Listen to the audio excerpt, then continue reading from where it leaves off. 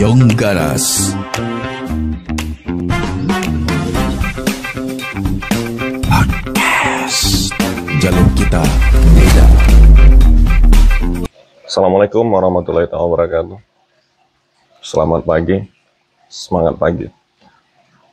Nah, pemirsa Sayong Ganas, hari ini kita masih mau bercerita seputar pendidikan langkat lagi, karena memang pendidikan langkat ini dari hari ke hari terus menyeruak ya.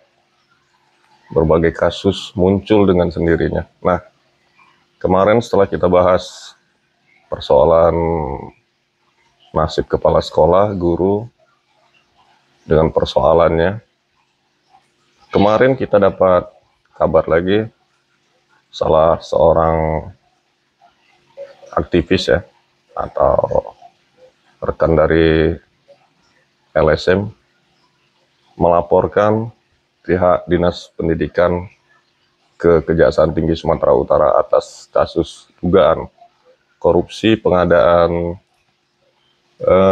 mebel atau barang sekolah. Nah, memang sedikit membuat kita geram ya. Korupsi lagi ya.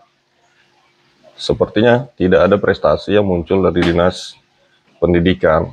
Nah, prestasi yang ada tenggelam oleh banyaknya kasus-kasus korupsi ya. Dari mulai tingkat kepala sekolah sampai dengan pejabatnya. Nah, data yang kita terima dari rekan LSM, yaitu Direktur Lembaga Studi Pengadaan Indonesia atau LSPI, melaporkan markup, yaitu pengadaan mebel ruang kelas untuk 117 SD dengan nilai sebesar 9,35 miliar. Nah, pengadaan mebel selain itu pengadaan mebel ruang kelas untuk 75 SMP swasta senilai 5,9 miliar. Ini bukan tanggung-tanggung ya, angkanya begitu besar. Nah, dalam pengadaan proyek ini mencakup untuk pengadaan 9.600 unit kursi dan meja siswa, 384 unit kursi dan meja guru, serta 380 unit lemari arsip dan papan tulis gantung. Jadi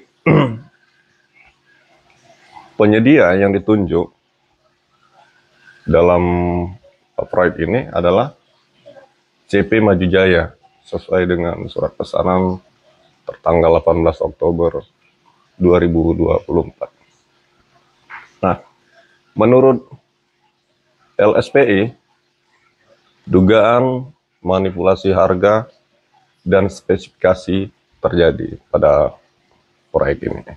Sebenarnya selisih harga kursi siswa SD dan SMP sebesar 70.000 hanya karena perbedaan tinggi 5 cm. Selain itu, harga satuan papan tulis gantung senilai Rp1.265.000. Hal ini dinilai tidak wajar karena materialnya lebih sedikit dibandingkan meja guru. Harga lemari arsip Rp2.244.350. Jadi meja juga dianggap menurut perhitungan terjadi markup, penggelembungan. Karena bahan yang digunakan bahan tipis, meja sendiri Meja siswa SD dan SMP memiliki selisih harga sekitar 170.000. Materialnya hampir sama. Menurut Syahrial selaku pelapor, kejanggalan semakin terlihat karena proyek pembangunan dan rehabilitasi sekolah berjalan bersamaan. Mebel sejenis kayu dengan harga jauh lebih murah. Dalam daftar harga kontrak atau DHK, meja siswa dihargai 520.000 dan kursi siswa 350.000, jauh lebih rendah dibanding harga dalam pengadaan e-katalog. Apa ini bisa mulus? Karena menurut dugaan PPK ikut terlibat bermain.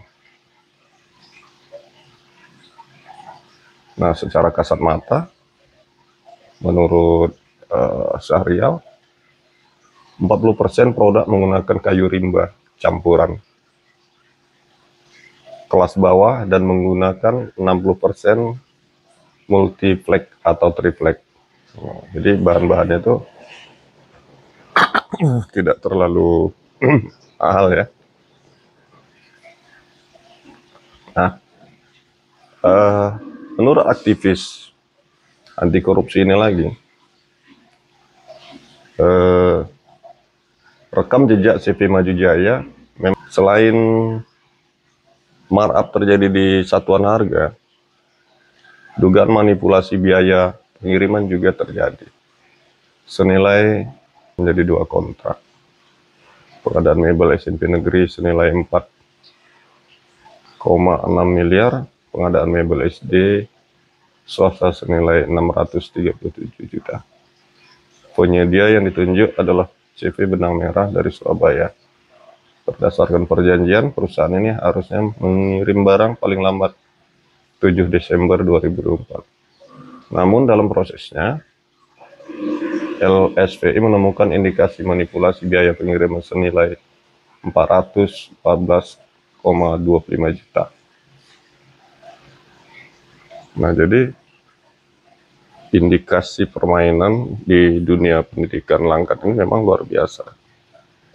Dari segala lini ya, dari mulai pengadaan mebel, pembangunan, sampai dengan ongkos pengiriman barang juga terjadi mahal. Ini luar biasa. Jadi ini memang sebuah PR besar dan rumit bagi kepala daerah, khususnya Bupati Langkat, dan harus menjadi perhatian aparat penegak hukum, APH. Haruslah ya, para pelaku kejahatan, bandit-bandit anggaran ini harus disikat. Ya memang membingungkan juga ya. Ini mungkin tergantung pada moral lagi ya. Mungkin begitu rusaknya moral para pejabat di lingkungan Dinas Pendidikan Langkat ini. Jadi oknum-oknum pejabat ini luar biasa. Terus melakukan kejahatan-kejahatan. Meskipun para pejabat sebelumnya atau terdahulu telah merasakan efek dari perbuatannya. Ada yang 4 di penjara dan akhirnya diberhentikan dari ASN, tapi toh tetap tidak menjadi contoh atau menjadi cemeti bagi pejabat yang masih aktif. Malah mereka mengambil kesempatan dan sepertinya ingin meniru jejak pendahulunya, merasakan jeruji besi barangkali ya. Jadi hari ini pendidikan Langkat sepertinya memang tak ada yang bisa dibanggakan. Yang ada hanya cerita-cerita buruk ya. Entah sampai kapan akan berakhir kondisi ini, tapi pastinya kita berharap semua ini akan berakhir. Pendidikan Langkat bisa lebih baik lagi, bisa lebih maju lagi. Nah, mungkin ini bisa menjadi baik dan maju jikanya apabila memang orang-orang yang ditempatkan di dinas yang mengurusi generasi negeri ini adalah orang-orang yang benar dan bermoral baik, beretikat baik, bermental baik ya. Jadi kalau tidak ya seperti ini. Sampai hari ini sudah ada 4 kepala dinas pendidikan yang masuk penjara. Ini mungkin daerah kabupaten, mungkin khususnya Sumatera Utara ya. Kabupaten Langkat mencetak sejarah karena 4 kepala dinas pendidikannya gol. Ini luar biasa. Ya, kita mau sedih atau mau bangga dengan prestasi ini, tapi yang pastinya ini realita. Jadi kedepannya diharapkan, ya semoga tak ada lagi pejabat setingkat kepala dinas, khususnya pendidikan, yang masuk bui. Jadi salam sehat, salam akal sehat, yang mengutip kata kalimat Rocky Gerung, salam akal sehat. Marilah kita berpikir sehat, agar negeri dan bangsa ini bisa menjadi sehat. Kita akhiri ya bincang-bincang kita pagi ini. Kebetulan hari ini hari Sabtu 15 Ramadan. Masih tetap semangat menjalankan ibadah puasa bagi sahabat, saudara muslim. Dan kepada kita semua, semoga hari ini bisa lebih baik lagi. Diberikan kesehatan secara pribadi maupun keluarga, dibukakan pintu rezekinya. Assalamualaikum warahmatullahi wabarakatuh. Salam ahoy, salam maju ajwa. Kita kering. Terima kasih.